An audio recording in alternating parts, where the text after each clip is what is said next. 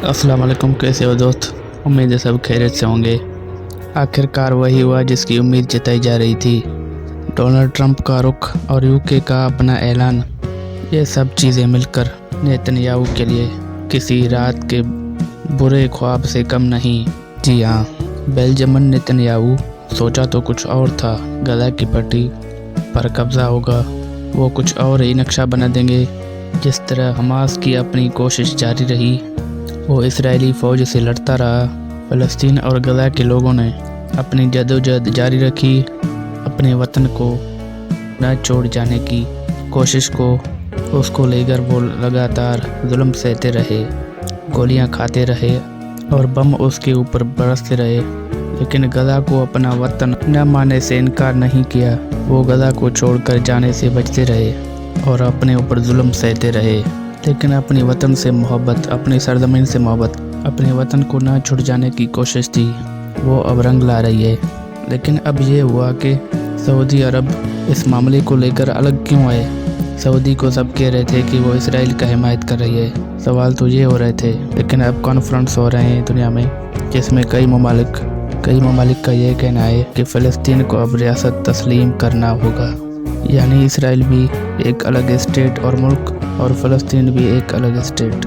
जिस तरह ईरान ने आवाज़ बुलंद की फ़लस्तीनियों के हक़ में, इसके अलावा वो तमाम लोग जो फ़लस्तीनियों के हक़ में खड़े रहे, शायद ये सब उसी का नतीजा है। इसराइल पर दबाव बढ़ा दिया है। चीन की वज़ारत ख़ारजा तर्जमान को गो जेकॉन ने भी प्रेस ब्रीफिंग में कहा, दो रियासती हल ही फ़लस्तीन को बुनियादी तौर पर हल करने का वाहिद रास्ता है।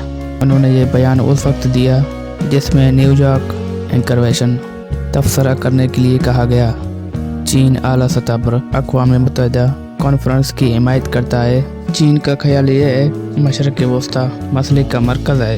पूरी रियासती हल यानी 2 स्टेट मसला फ़लस्तीन से हम गजा की लड़ाई, इंसानी बहरान को कम करने और 2 स्टेट पर अमल दरामद मिलाकर हल करने के लिए आलमी बिरादरी के साथ काम करने के लिए तैयार हैं।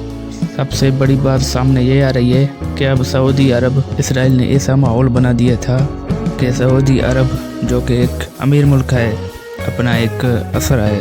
सऊदी अरब को कहने की कोशिश ये हो रही थी कि उनको मनाकर इसराइल अपने मकासद पर कामयाब हो जाए, लेकिन सऊदी अरब इस बात पर अड़ गया। फ़लस्तीन को एक अलग मुल्क, स्टेट तस्लीम नहीं किया जाता जब तक इसराइल को भी हम स्टेट तस्लीम नहीं करेंगे।